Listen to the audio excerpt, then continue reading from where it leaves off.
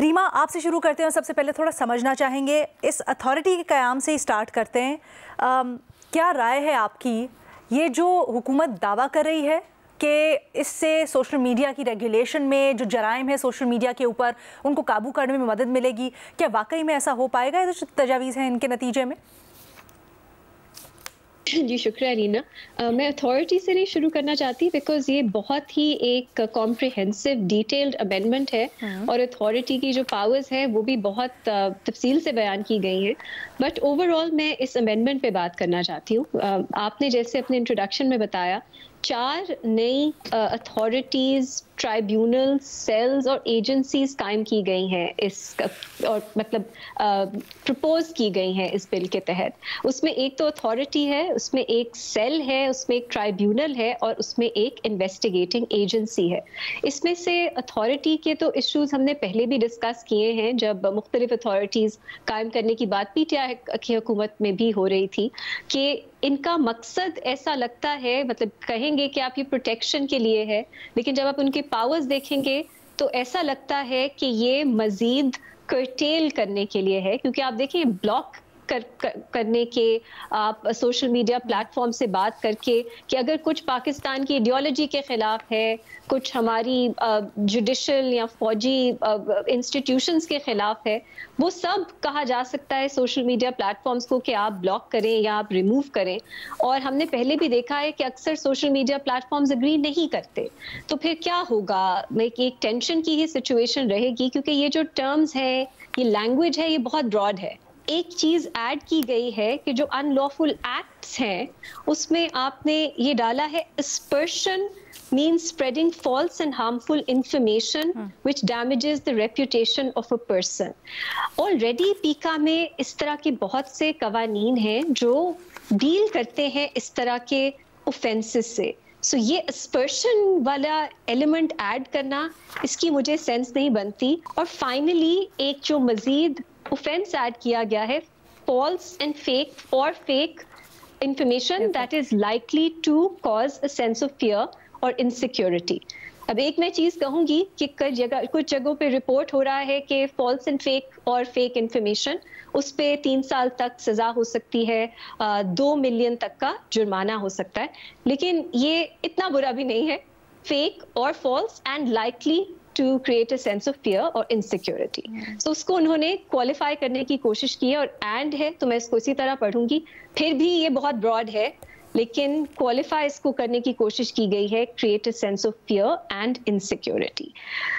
तो इसकी भी अगेन अलीना, फेक न्यूज़ हम पहले भी बात कर चुके हैं कि फेक न्यूज़, और मेरा ख्याल है उमर यहाँ पे उनका बहुत एक स्ट्रॉन्ग पॉइंट ऑफ व्यू है कि सोशल मीडिया की रेगुलेशन की ज़रूरत है पाकिस्तान में। लेकिन if I am not mistaken, Umar please correct me, उनका भी यही मौक़िफ़ था कि क्रिमिनल सज़ाएं नहीं होनी चाहिए। तो फेक न्यूज़ पे क्रिमिनल सज़ा 3 साल तक की मैं सुनना चाहूँगी उनका इस पर क्या पॉइंट ऑफ व्यू है। मेरे लिए तो ये एक्सेसिव है, इवन दो उन्होंने ऐड की है ये qualification, create a sense of fear and insecurity. मेरी उम्मीद ये है अलीना, मैं इस पे ख़त्म करूंगी कि ये एक बहुत मेजर पीस ऑफ लेजिस्लेशन है, अमेंडमेंट है। आज अगर ये नेशनल असेंबली में पेश हुई है, इस पे डायलॉग, डिस्कशन की बहुत ज़रूरत है। इसको इस फॉर्म में पास करना डिलिबरेशन के बगैर, और इसमें आई वुड होप कि गवर्नमेंट एक बोनाफाइडे तरह से जर्नलिस्ट की बॉडीज से, सिविल सोसाइटी से, मजीद स्टेक होल्डर से इनपुट ले और उसको गुड विल के साथ कंसिडर करे। क्योंकि अगर ये इस फॉर्म में पास हो जाता है, अभी तो हमें वक्त लगेगा इसको समझने के लिए, ये इस कदर सिग्निफिकेंट फार रीचिंग लेजिस्लेशन है, वक्त लगेगा समझने में, उसमें बहुत से इश्यूज और आएंगे। मैंने आपको आधे घंटे में जो समझ आए कुछ मैंने आइडेंटिफाई किए हैं, तो उसके बाद मजीद आगे बढ़ना चाहिए। लेकिन हमने देखा है इस हुकूमत में बहुत रश तरह से लेजिस्लेशन होती है, सो आई होप वो ना हो और इसको कंसिडर करके इनपुट लेके फिर ही आगे बढ़ा जाए। बिल्कुल दुरुस्त। अच्छा, एक और भी इसकी शिक है जिसमें अनलॉफुल और ऑफेंसिव ऑनलाइन कंटेंट की बात की गई है। उसमें जो जिस तरह से डिफाइन किया गया है अनलॉफुल या harmful online, offensive online content को, उसमें भी कुछ प्रॉब्लम्स है। जैसे फॉर एग्जांपल इसकी GH अगर आप शिक पढ़ें, 2 पढ़ें, जिसमें कहते हैं एज फॉर एग्जांपल कि किसी इंसान जो कि जुडिशरी, आर्म्ड फोर्सेस या पार्लियामेंट या प्रोविंशियल असम्बली से ताल्लुक़ हो, उसके ख़िलाफ़ भी एस्पर्शंस या कोई भी ऐसा मवाद जिसको लगे कि वो भड़काने वाला या गलत इन्फॉर्मेशन है, उसके ख़िलाफ़ भी कार्रवाई हो सकेगी। जर्नलिस्ट का तो काम ही यही होता है कि पॉलिटिशियंस और पार्लियामेंटेरियंस और इनके ख़िलाफ़ बात होती है। उमर, किस तरह से यहाँ पे डिस्टिंग्विश किया जाएगा जो मेन मुद्दा है कि फ़ेक कौन सी इंफॉर्मेशन है और वो इंफॉर्मेशन जो सिर्फ हुकूमत के ख्याल में फ़ेक नहीं है बल्कि जेन्युइनली उसके ऊपर एक्शन होना चाहिए। और तब ख़ास तौर पे जब सारी की सारी जो अथॉरिटीज़ हैं उसकी ओवरसाइट फेडरल हुकूमत के पास ही है। अलीना, ये जो आपने बात की ना, इससे मुझे एक मुकालमा याद आ गया जो बेनज़ीर भुट्टो और जनरल मुशर्रफ के दरमियान हुआ था। कोई इनका सिक्योरिटी का इशू चल रहा था। बेनज़ीर भुट्टो को सिक्योरिटी के हवाले से कुछ कंसर्न से कि जितनी उनको सिक्योरिटी चाहिए वो नहीं मिल रही। तो जनरल मुशर्रफ ने कहा कि your security depends on the nature of our relationship. अब ये है कि देखिए, अब ये जो वेगनेस रखी जाती है ना, वो डिपेंड करती है on the nature of relationship कि इसमें गवर्नमेंट अपने पास सारे इख्तियारात अपने पास रखना चाहती है। वो लोगों के लीगल राइट्स को एक्सेप्ट ही नहीं करती। वो नहीं समझती कि वो अपनी मर्जी से बात कर सकते हैं। उनको लगता है कि किसी टाइम भी चीजें कंट्रोल करनी पड़े तो हम जो है उनकी तशरीह अपनी मर्जी से कर लें। अब मैं भी जिस तरह हमें ड्राफ्ट जो है अभी जो मिला, तो मैं बड़ा क्यूरियस था। मैं देख रहा था कि इधर को फेक न्यूज को इन्होंने कोई डिफाइन किया या नहीं किया। और जो बातें रीमा भी बता रही है जी कि जो फेक हो, फाल्स हो, या ये है कि उससे किसी को नुकसान हो, ये हो वो। अच्छा, नुकसान जो है वो तो सच्ची खबर से भी हो सकता है किसी को। एक सच्ची खबर आपने दी है, उससे भी कई लोग जो है वो विक्टिम होते हैं। ठीक है, मुझे कई लोग पनामा के हवाले से कह रहे होते हैं कि जी तुम्हारी वजह से ये हुआ वो हुआ।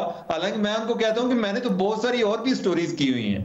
ठीक है, जब एक चीज पब्लिक हो जाती है उसके कई बेनिफिशरीज हो जाते हैं, उनमें वो लोग भी बेनिफिशरी हो जाते हैं कि जो हो सकता है कि मेरी इंटेंशन ना हो कि इनको कोई बेनिफिट मिले। ठीक है, अब ये जो डेफिनेशन है ये बहुत ही प्रॉब्लमैटिक है। इन्होंने और इससे इनकी कोई नेकनामी में इजाफा नहीं होता। आइडियली, यानी जो हम इधर भी बात करते हैं कि आइडियली होना तो ये चाहिए था कि हम खुद कुछ कर लें, और ना करने का नुकसान फिर ये होता है कि सारी चीजें इनके कंट्रोल में चली जाती हैं। ये फिर अपने अंदाज में चीजें करने की कोशिश करते हैं कि क्या होना चाहिए क्या नहीं होना चाहिए इसमें। और ये जो इन्होंने ट्रिब्यूनल की बात की है, हालांकि जो ट्रिब्यूनल की कंपोजिशन है जो रीमा बात कर रही थी, बेसिकली ये कंपोजिशन एक ऐसी है कि जिसमें कोई किसी पे कोई एक सिविल सूट वाली है, वो क्रिमिनल वाली नहीं है। क्रिमिनल में ट्रायल भी होता है, वो कैसे करेंगे मुझे नहीं आइडिया।